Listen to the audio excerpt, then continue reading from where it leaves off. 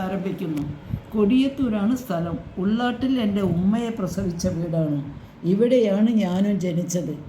ഒരു സുദീർഘമായ കത്തിലൂടെ എൻ്റെ ജീവിതത്തിൻ്റെ നാനാവശങ്ങളും എൻ്റെ സർവസ്വവുമായ ഹൃദയത്തിലേക്ക് പകർന്നു തരുവാൻ ഞാൻ ഈ സ്ഥലം തിരഞ്ഞെടുത്തത് അതുകൊണ്ടാണ്. ഉമ്മ ആദ്യത്തെ കുട്ടിയല്ല. അപ്പം സ്വന്തം വീട്ടിൽ തന്നെയല്ലേ ജനിക്കുക. ആദ്യത്തെ കുട്ടിയായ അമ്മേൻ്റെ വീട്ടിലല്ലേ. അമ്മേൻ്റെ ഈ വീട് ഒരു മഹാപ്രതാപത്തിൻ്റെ പാരമ്പര്യം വിളംബരം ചെയ്യുന്നതാണ്. മൺമറഞ്ഞു പോയ എൻ്റെ വല്യച്ഛൻ, അമ്മയുടെ അച്ഛൻ, ഈ ഗ്രാമത്തിലെ നാടുവഴിയായിരുന്നു.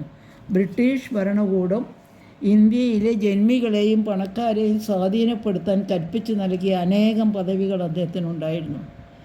ഈ ഗ്രാമം ആ നാമം കേട്ടാൽ അരിപ്പറ്റ മണ്ണിൽ വലിയ കുട്ടികസൻ അധികാരി വിറകൊള്ളുമായിരുന്നു. അധികാരിൻ്റെ മകളോ കേട്ടോ. അദ്ദേഹത്തിൻ്റെ പല ചെയ്തികളോടും എനിക്ക് അനുകൂലമല്ല ഉള്ളത്. പക്ഷെ ഒരു കാര്യത്തിൽ ഞാൻ അഭിമാനം കൊള്ളുന്നു. അദ്ദേഹം ഒരിക്കലും ഒരു വർഗീയവാദിയായിരുന്നില്ല. ആ നല്ല ഗുണം അദ്ദേഹത്തിൻ്റെ എല്ലാ മക്കൾക്കും, മിക്കവാറും അവരുടെ മക്കൾക്കും കിട്ടിയിട്ടുമുണ്ട്. ഉണ്ടോ? നിരൂപണം, അഭിപ്രായം ഒക്കെ ഞാൻ എഴുതുക. മൂപ്പർ എഴുതിയ ഓരോ പറ്റി എഴുതിയില്ല, ഓരോരുത്തരെ പറ്റി.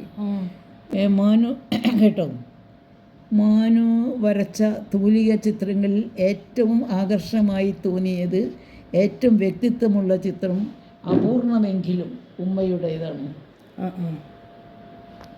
ഇത് എന്തൊരു വ്യക്തിത്വമാണ് കേട്ടോ മാതാവിൻ്റെ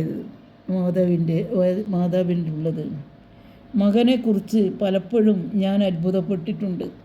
പക്ഷേ ഉമ്മയെക്കുറിച്ച് പഠിച്ചപ്പോൾ കേട്ടോ മകൻ്റെ മഹാത്മ്യത്തിൻ്റെ ഉറവിടം എവിടെയാണെന്ന് ബോധ്യപ്പെട്ടിരിക്കുന്നു. ഉമ്മ, ഞാൻ ആ പാദങ്ങളിൽ നമസ്കരിക്കുന്നു എൻ്റെ മുഖത്ത്. അതെ, മകൻ മരിച്ചിട്ട് മനസ്സിലായില്ലേ?